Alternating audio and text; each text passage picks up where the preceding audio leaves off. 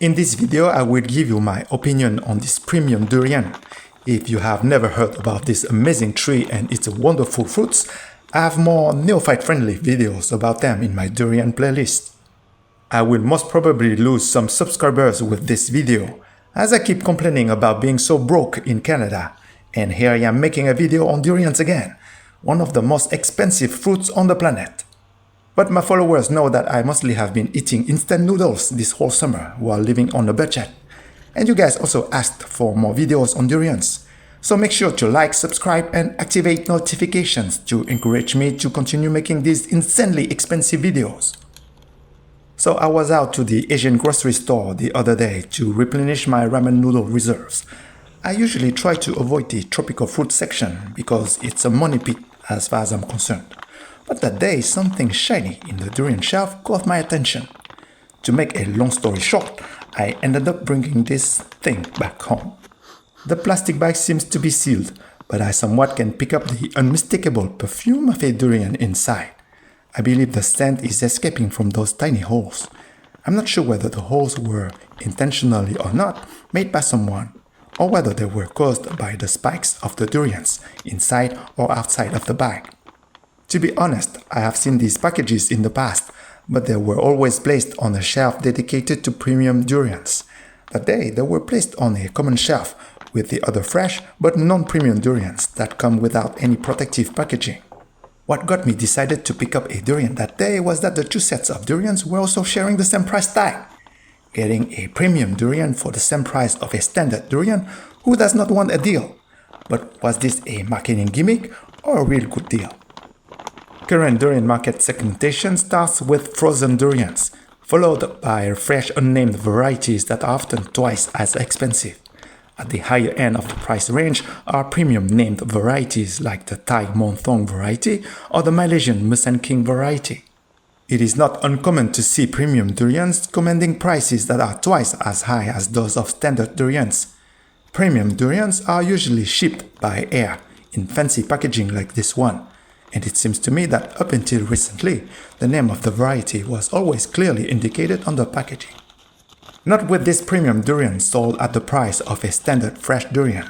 The packaging does indicate a Vietnam provenance, so this premium selected fruit could be the RI6 variety, a variety from Vietnam which is steadily gaining in popularity, especially in Western markets. In Asian markets, the RI6 is however not as premium as the Monthong or Musang King varieties, which are also grown in Vietnam. So with the country of origin only, it is not really possible to guess the durian cultivar inside. At first glance, with 4 layers of protection, at the very least the packaging deserves a premium quality label. While the product may not be as eco-friendly as a bare fruit, its packaging does a good job at making the handling of a durian a less worrisome endeavor. Had there been no holes in the sealed plastic bag, I surely would not have been able to pick up the scent of the durian, even up close. For a grocery store in Canada, this is probably a positive attribute, as many people find the durian smell highly repulsive. The smell has been described as rotting onions, stinky socks, and other mental representations that are too politically incorrect for me to share on YouTube.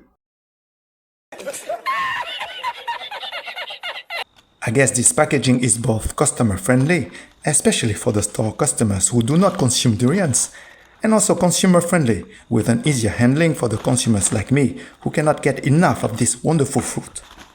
One drawback of this type of packaging is that it does not allow me to choose the fruit myself, and I have to trust that the person who selected it for me did a good job. I can say that I would not have selected this one had I seen it before choosing. I usually go for rounder shapes, so to get 5 fully developed pods inside. The fruit does look fresh, it smells really good, and it has a nice yellowish green color that tells me that the fruit is ripe, although its tip is still closed. The stem has a natural brown-gray color, not overly yellow. Some durian exporters dip the fruit in a dye, like basic yellow chew, to improve its appearance for export markets. This substance is classified as a carcinogen, and fruit exposed to it should be avoided. One way to avoid it is to check the color of the stem. Another way is to get a premium product like this one. Even better, get a premium product that specifically mentions on the packaging that no artificial dye was used during processing. I usually wait for the tip of the fruit to slightly open, but with this premium durian, I want to verify the claim from the importer that the fruit is picked ripe on the tree and gets to their warehouse in 3 to 4 days by air, instead of 14 to 21 days by boat. Opening a durian with a closed tip is a bit more challenging, but a good sharp knife easily breaches the husk of a ripe durian. Durians that are shipped by boat are often picked unripe from the tree. Sometimes during the processing of the fruits, they are treated with some chemical compounds like ethyphone to accelerate the ripening process. Levels exceeding the maximum ethyphone residual limit have been detected in durians imported from Thailand. While the risk to consumers is low, the best bet to avoid exposure to those chemical compounds is to get tree-ripened fruits that are shipped by air. As of the making of this video, this means getting premium durians instead of the regular fresh durians. Another concern for consumers has been cadmium contamination, mostly due to the use of phosphate fertilizers by local producers. Not all localities are affected by cadmium soil contamination, and local authorities have taken steps to address the problem with more stringent regulation on the use of chemical fertilizers. I have yet to see durians with an organic label, so I guess for people who are concerned with this issue and other heavy metal contamination, the best alternative to not eating durians is to get premium durians. That being said, importers have remained silent on this issue, so there is actually no guarantee that premium durians are sourced from localities not affected by soil contamination. This could be something to improve on, to reassure Western consumers. Look at that, what a nice color! And it smells really good. As expected from the external shape of the fruit, some of the pods are not as fully developed as with rounded durians, but the husk is not too thick, which bodes well for the rest of the fruit. And look at this one! It's massive!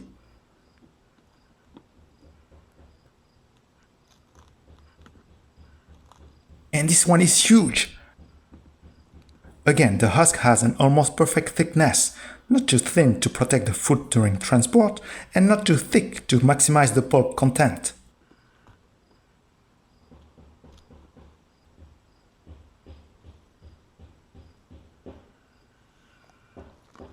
The custard texture is creamy and it is sweet enough for me. I can confirm that the fruit is fresh and ripe.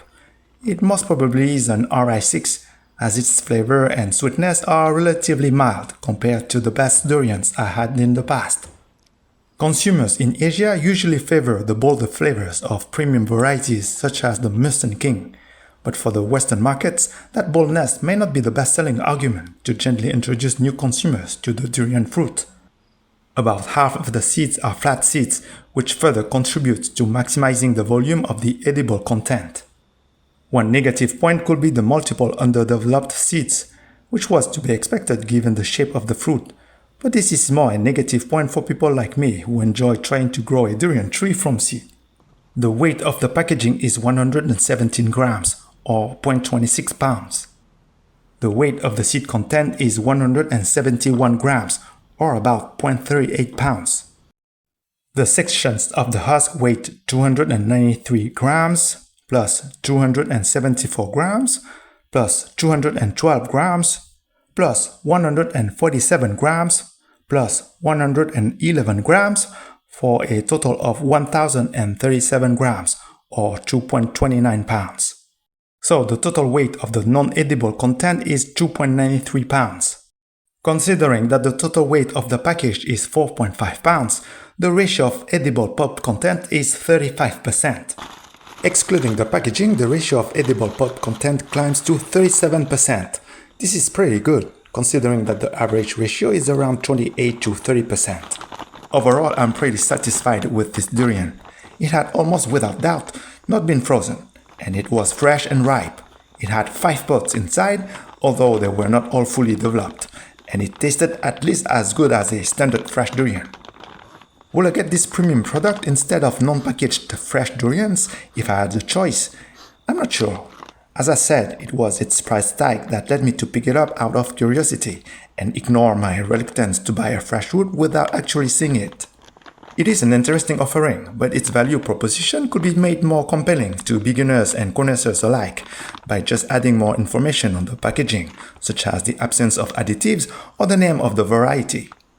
And why not also provide the precise locality of provenance for more knowledgeable consumers, just like with premium green coffee beans? However, as it is, I certainly can see why the convenience of this product will be attractive to some consumers.